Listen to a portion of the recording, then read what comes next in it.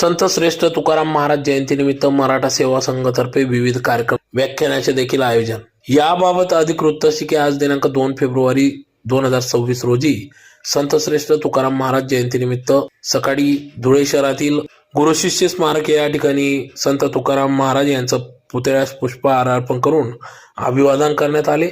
तर सायंकाळी 6 वाजता धुळे शहरातील मराठा सेवा संघ कार्यालय या ठिकाणी संत श्रेष्ठ तुकाराम महाराज यांच्या जीवनावर चरित्रावर प्राध्यापक डॉक्टर सदाशिव सुरेंची यांचे व्याख्यान या ठिकाणी संपन्न झाले। तर यावेळेस प्राध्यापक B.A. पाटील, सेवा संघाचे सचिव S.M. पाटील, जिजाऊ ब्रिगेडचे प्रदेश उपाध्यक्ष डॉक्टर सुलभाताई कुवर यांच्या मोलाचे असे मार्गदर्शन या ठिकाणी लाभले। तर मोठ्या संख्येने शिवश्री सर्व सभासद वर्ग, पदाधिकारी, शिवप्रेमी मोठ्या संख्येने उपस्थित होते।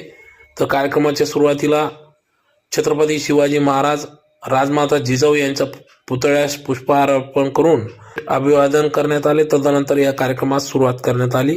तर मोठ्या संख्येने या ठिकाणी शिवप्रेमी धुळेकर नागरिक उपस्थित होते। तर कार्यक्रमासाठी या ठिकाणी मराठा सेवा संघाचे अध्यक्ष संदीप पाटील यांच्यासह सर्व पदाधिकाऱ्यांनी अथक परिश्रम घेतले। आपले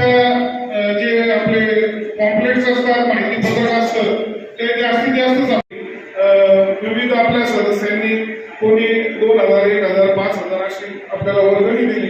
तर आपल्याला धुळे जिल्ह्याला 2 लाखाचं टार्गेट आहे आणि 21-22 फेब्रुवारीच्या मीटिंग मध्ये मला ते उरलेले 1,30,000 पूर्ण करून तिथं द्यायचे। तर सर्वांना विनंती असेल की ज्यांचं योगदान राहिलेलं आहे जिजाऊ सृष्टीसाठी तर त्यांनी ते सुद्धा लवकरात लवकर जमा करावं। मला पोर मॅडमांनी स्वतःहून सांगितलंय की त्यांच्या दोघांनी म्हणजे पोर साहेबांनी मॅडम दोघं मिळून ते 5,000 रुपये जिजाऊ सृष्टीसाठी देणगी देणार आहे।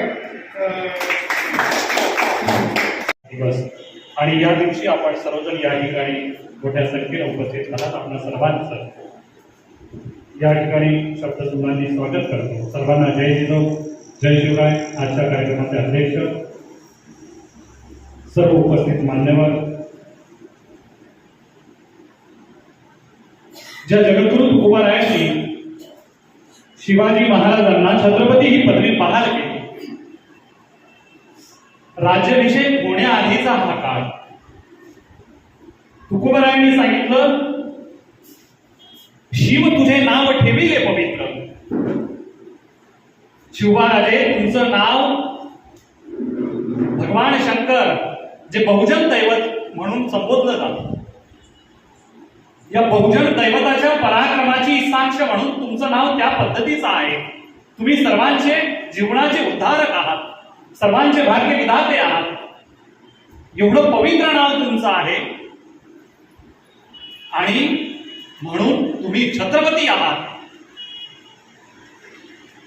आणि छत्रपती फक्त तुम्ही या मुलखाचे नाही, या राज्याचे नाही, तर या विश्वाचे तुम्ही छत्रपती आहात। हे जगद्गुरु तुकोबारायांनी त्यांच्या कार्यकाळामध्ये शिवाजी महाराजांना ही पदवी, ही उपाधी बहाल केली आणि तेव्हापासून खऱ्या अर्थानं शिवबाराजे हे छत्रपती झाले। राज्याभिषेक तर 6 जून 1674 संपन्न झाला जिजाऊ मासाहेबांच्या साक्षी।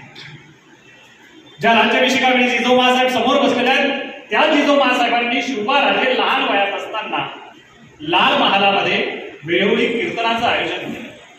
देहू गावी शिवाजी महाराज आपल्या सवंगड्यांसह कीर्तनाला जायचे आणि नेहमी तुकोबारायांचं कीर्तन ऐकून त्यांचे विचार आत्मसात करण्याचं काम शिवबाराजांनी केलं। आपल्याला ज्ञात असेल 19 फेब्रुवारी 1630 नंतर अगदी जिजाऊ मासाहेबांनी आपल्या माहेरी 1633 ला प्रयाण केलं आणि त्यानंतर 1637 तर 1642 पर्यंत शहाजी महाराजांसमवेत शिवबाराजांचं प्रशिक्षण सर्व झालेलं आहे। मग ते घोड्यावर बसणं असेल, भाला फेकणं असेल, तलवार चालवणं असेल, ढालीवरती वार घेतला असेल, शत्रूशी सामना करणं असेल, वेगवेगळ्या चाली चालणं असेल किंवा शासन कसं चालवावं, प्रशासन कसं हाताळावं, याचं सर्व प्रशिक्षण शहाजी महाराजांनी शिवबाराजांना त्यांच्या वयाच्या 7व्या वर्षापासून तर 12व्या वर्षापर्यंत म्हणजे 1637 तर 1642 पर्यंतचं सर्व शिक्षण दिलेलं आहे। आणि त्यापर्यंत राष्ट्रमाता राजमाता जिजाऊ मासाहेबांनी आपल्या लेकराला अर्थात बालशिवबांना या सर्व गोष्टींचं प्रशिक्षण, जीवनाचं शिक्षण त्यांनी बहाल केलं आधीच्या बालवयातल्या 7 वर्षात। म्हणून जिजाऊ माँसाहेब त्यांच्या पहिल्या गुरु आहेत, शहाजी महाराज त्यांचे गुरु आहेत. आणि एवढंच नाही, ज्या वेळेस पुण्याला शिवाराजे आपल्या आई साहेबांना समवेत आलेले आहेत, दाखल झालेले आहेत, तिथून पुढचा कालावधी त्यांचा खऱ्या अर्थानं जगद्गुरु तुकोबाराय या पृथ्वी तलावरती असेपर्यंत आता त्यांना ते पुष्पक विमान वगैरे आलं, जे काही संकल्पना आपल्या समोर ठेवण्यात आल्या, कारण की जी माणसं असतात त्यांच्यासाठी म्हणजे या समाजाचा उद्धार करणारी समाजाची धुरीण माणसं जी असतात त्यांच्यासाठी त्यांना घ्यायला नेहमी विमान येत असतं आणि आपण ते सत्य मानत असतो. मग ते विमान त्या काळातलं असेल, ते विमान काल परवाचं असेल, विमान आहे, माणसं बहुजन उद्धारक आहेत आणि त्यांना नेण्यासाठी नेहमी विमानं पाठवली जातात. मात्र त्याचा शोध, त्याचा बोध आपल्या विवेकी विचारानं, आपल्या बुद्धी प्रामाण्यवादानं आपण घेणं गरजेचं आहे. तुकाराम महाराज तेच सांगायचे की बाप हो, आम्हाला रात्रंदिवस आम्हाला युद्धाचा प्रसंग आहे. एका बाजूला धर्मसत्ता ही ब्राह्मणांच्या हाती आणि राजसत्ता मुस्लिम धार्जिण्यांच्या हाती. म्हणजे मुस्लिम राजांच्या हाती राजसत्ता एका बाजूला, राजकारण त्यांच्याकडे आहे. त्यावेळची परिस्थिती 17व्या शतकामध्ये आणि धार्मिक सूत्र सर्व ब्राह्मणांच्या हाती आहे. तुम्ही आपण काय करतो आहोत आणि म्हणून या गोष्टींचा शोध आणि बोध घेणं विवेकानं ही आपली भूमिका आहे. ही भूमिका तुकोबाराय वठवत असताना शिवाजी महाराजांच्या गुरुस्थानी ते सिद्ध होतात आणि शिवराजे त्यांना गुरु मानतात आणि त्यांची समवृत्ती जी काही होती ती समवृत्ती शिवराजे त्यांच्याकडून घेतात, ती शिकतात, ती अंगीकारतात. समवृत्ती काय होती? खऱ्या अर्थानं तुकोबारायांनी आता या ठिकाणी मागच्या वेळेस आपल्या व्याख्यानामध्ये जो काही त्यांच्या जीवनचरित्राचा भाग आपण या ठिकाणी पाहिला, चर्चा झाली, त्याच्यावरती बरीच साधक चर्चा झाली. आपण चरित्र वेगवेगळ्या माध्यमांमधून आपण वाचत असतो. मात्र या ठिकाणी मला जगद्गुरु तुकोबारायांच्या गाथेतले काही अभंग फक्त मी या ठिकाणी आपल्या समोर ठेवतो आजच्या व्याख्यानाच्या माध्यमातून. आणि ती समवृत्ती काय होती ती जगद्गुरु तुकोबारायांकडनं शिवराजांनी घेतली. कारण आता आपण जर पाहिलं की मागे बरेच विषय हाताळताना एक मुद्दा मी समोर मांडलेला होता की महासम्राट बळीराजा तर वह्या जगद्गुरु तुकोबाराय शिवराय असा जर कालखंड आपण पाहिला तर या कालखंडाच्या माध्यमातून आपल्याला काही गोष्टी समोर येतील.